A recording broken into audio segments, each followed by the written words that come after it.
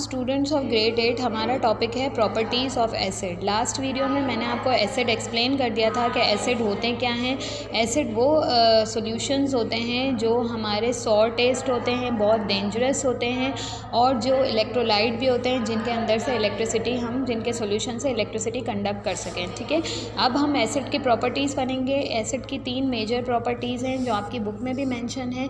ठीक है, एसिड जो है वो सबसे पहले जब भी किसी मेटल के साथ रिएक्ट करता है तो वो क्या प्रोड्यूस करता है, हाइड्रोजन गैस प्रोड्यूस करता है। ठीक है, जब भी किसी मेटल के साथ रिएक्ट करता है तो वो हाइड्रोजन गैस प्रोड्यूस करता है। देखें यहाँ जिंक मेटल है, जब भी ये किसी भी एसिड के साथ रिएक्शन करेगा तो एक कंपाउंड प्रोड्यूस होगा और हाइड्रोजन गैस जो है वो इवॉल्व होगी। ठीक है, इसके बाद एसिड की नेक्स्ट प्रॉपर्टी ये है कि एसिड जब भी किसी कार्बोनेट के साथ रिएक्शन करता है तो हमें क्या देता है, कार्बन डाइऑक्साइड गैस मिलती है हमें। ठीक है, क्लियर। इसके बाद अब थर्ड एसिड की प्रॉपर्टीज़ है। देखें यहाँ पर सोडियम कार्बोनेट मैंने एक कंपाउंड लिया है, जब ये HCl एसिड के साथ रिएक्शन करेगा तो हमें क्या मिलेगा, यहाँ sodium chloride plus carbon dioxide gas plus water. तो यहाँ जो है जब भी एसिड किसी कार्बोनेट के साथ रिएक्शन करेगा तो हमें कौन सी गैस मिलेगी, कार्बन डाइऑक्साइड गैस मिलेगी। ठीक है, अब एसिड की थर्ड प्रॉपर्टी ये है कि एसिड जब भी किसी बेस के साथ रिएक्शन करता है तो सॉल्ट और वाटर प्रोड्यूस करता है।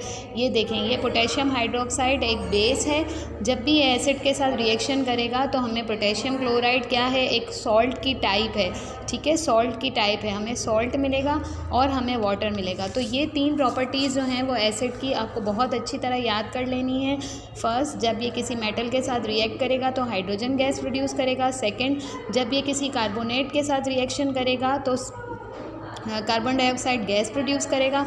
और थर्ड, ये जब किसी भी बेस के साथ रिएक्शन करेगा, यानी एसिड और बेस जब आपस में रिएक्शन करेंगे तो एक सॉल्ट प्रोड्यूस होगा और वाटर प्रोड्यूस होगा। इस रिएक्शन को हम न्यूट्रलाइजेशन रिएक्शन भी कहते हैं। ठीक है, ये वो रिएक्शन है, न्यूट्रलाइजेशन रिएक्शन भी कहते हैं, जिसमें एसिड और बेस जब रिएक्ट करते हैं तो सॉल्ट और वाटर प्रोड्यूस होता है।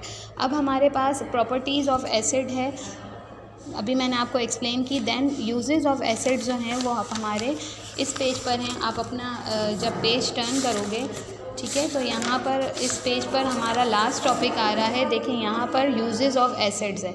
ठीक है, एसिड कहाँ कहाँ यूज़ होते हैं, क्योंकि मैं पहले आपको टोटली पूरा एसिड एक्सप्लेन कर रही हूँ तो इसीलिए मैं आपको अभी एसिड्स की यूजेस बताऊँगी कि एसिड कहाँ कहाँ यूज़ होता है।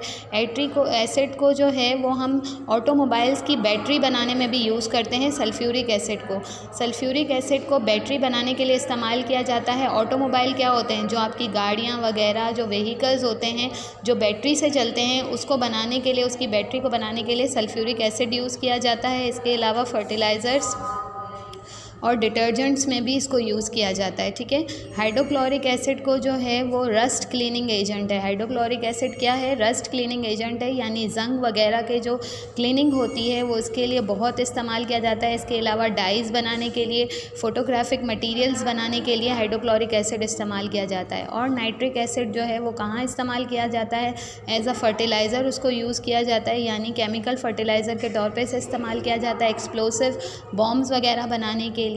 ठीक है, इसको इस्तेमाल किया जाता है। और डाइज़ यानी डिफरेंट कलर्स की डाइज़ जो हम बनाते हैं उसमें नाइट्रिक एसिड को यूज़ किया जाता है। यहाँ ये properties of acid completely explain कर दी हैं मैंने।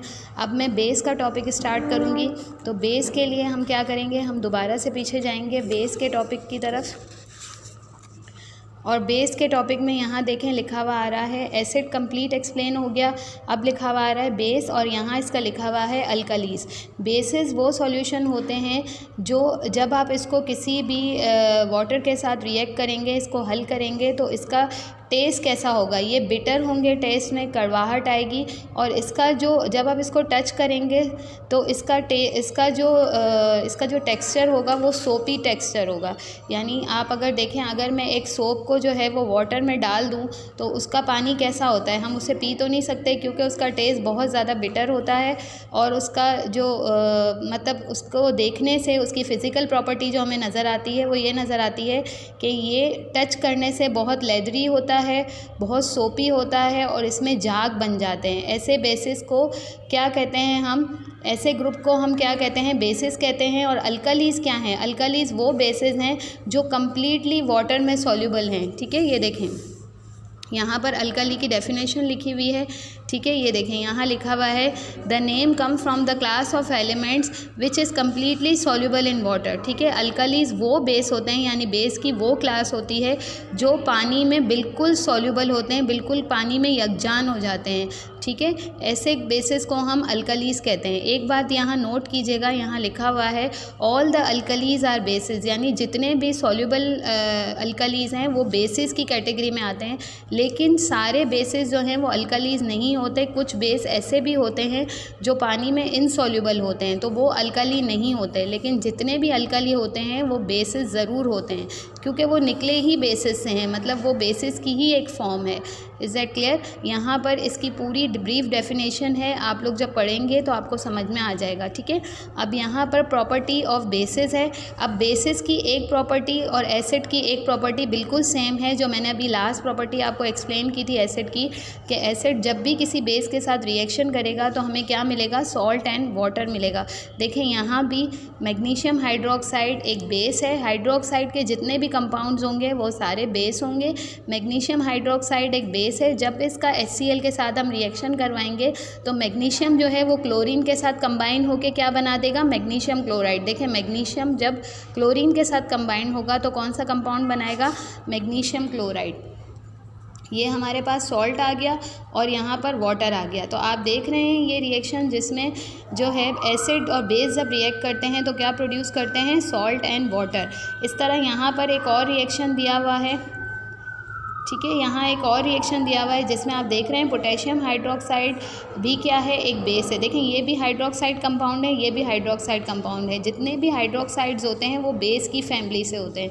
ठीक है, अब यहाँ हाइड्रोक्लोरिक एसिड है।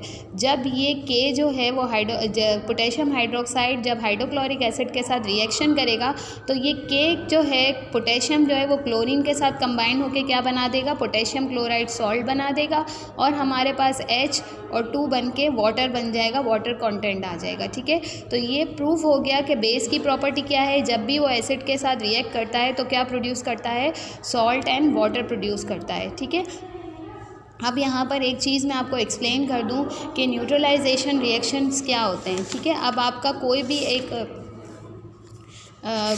एक आपका जो है अगर सॉल्यूशन है और अगर वो सॉल्यूशन आपको नहीं पता कि एसिडिक है या बेसिक है, यानी वो सॉल्यूशन बेसिक है या एसिडिक है, तो उसको देखने के लिए जो है हम एक मटेरियल या एक सब्सटेंसेस यूज़ करते हैं जिसे हम इंडिकेटर्स कहते हैं, जो हमें ये बताते हैं कि इवन ये सॉल्यूशन ज़्यादा एसिडिक है नेचर, यानी उसका इस सॉल्यूशन का नेचर एसिडिक है या बेस है। ठीक है, ऐसे सब्सटेंसेस को हम क्या कहते हैं, इंडिकेटर कहते हैं, जो इंडिकेट करते हैं। ठीक है, अब ये इंडिकेटर जो है वो एसिड में अलग होते हैं, बेस में अलग होते हैं। ठीक है, इंडिकेटर तो सेम होते हैं लेकिन इनकी प्रॉपर्टीज़ अलग होती हैं। ठीक है, अब देखें यहाँ सबसे पहला इंडिकेटर आ रहा है लिटमस पेपर। अच्छा, लिटमस पेपर का एसिड में इफ़ेक्ट क्या है, लिटमस पेपर जो है वो एसिड में ब्लू होता है तो वो रेड में टर्न हो जाता है। यानी जब किसी भी लिटमस पेपर को आप एसिड्स के साथ एसिड में चेक करने के लिए ट्राई करेंगे तो ब्लू लिटमस पेपर जो है वो रेड में टर्न हो जाएगा, और अल्कली यानी बेस में ये रेड लिटमस पेपर जो है वो ब्लू में टर्न हो जाएगा और एसिड में ब्लू लिटमस पेपर रेड में टर्न हो जाएगा। अपोजिट जो है वो इनके कलर्स हो जाएंगे। ठीक है, इसके बाद नंबर 2 है फिनोप्थिलीन। फिनोप्थिलीन एक हमारे पास लिक्विडी फॉर्म में एक इंडिकेटर होता है। जब हम उसको किसी भी एसिडिक सॉल्यूशन में डालते हैं तो वो कलरलेस, एसिड को कलरलेस कर देता है। ठीक है, और जब हम इसको किसी बेस में डालते हैं तो वो बेस का कलर जो है वो रेड होना शुरू हो जाता है, यानी वो हमें बता देता है कि ये सॉल्यूशन जो है वो बेसिक है या एसिडिक है। Is that clear? इसके बाद है मिथाइल ऑरेंज। मिथाइल ऑरेंज वो इंडिकेटर है जब उसको एसिड में हम डालते हैं पता करने के लिए कि ये सॉल्यूशन एसिड है या बेस है, तो उसका कलर कैसा हो जाता है, ऑरेंज रेड हो जाता है। और अगर सॉल्यूशन हमारा बेसिक होगा तो उसका कलर क्या हो जाएगा, येलो हो जाएगा। तो यानी ये बात यहाँ समझ आ गई कि इंडिकेटर क्या करते हैं कि अगर मैं एक बीकर में एक सॉल्यूशन डाल के रख दूँ और आपसे कहूँ, स्टूडेंट से कहूँ कि मुझे ये बताएं कि ये सॉल्यूशन एसिडिक है या बेसिक है, तो आप कैसे उसको जो है वो डिफ़ाइन करेंगे, कैसे उसको मुझे सॉल्यूशन उसका बताएंगे। हम ये इंडिकेटर्स यूज़ करेंगे। जब हमें ये इंडिकेटर्स यूज़ करेंगे तो इन इंडिकेटर्स को यूज़ करके हमें पता चल जाएगा कि अगर हम फिनोप्थिलीन एसिड में डालते हैं तो वो कलरलेस हो जाता है सॉल्यूशन, और अगर हम उसको अल्कली में डालेंगे तो उस सॉल्यूशन का कलर रेड हो जाएगा। तो इस तरह हम इसको डिफ्रेंशिएट कर सकते हैं कि ये जो है वो बेसिक है और ये बेसिक सॉल्यूशन है और ये एसिडिक सॉल्यूशन है। ठीक है, ये 3 हमारे पास इंडिकेटर्स हैं। इन तीनों के नाम आपने याद रखने हैं, litmus paper, phenolphthalein and methyl orange. Litmus paper छोटी छोटी चिट्स की फॉर्म में हमें मिलता है, और जब भी हम उनको सॉल्यूशन के में टर्न करते हैं तो सॉल्यूशन क्या हो जाता है, एसिडिक होता है, तो ये ब्लू पेपर रेड हो जाता है, और अगर बेसिक होता है तो रेड पेपर ब्लू हो जाता है। ठीक है।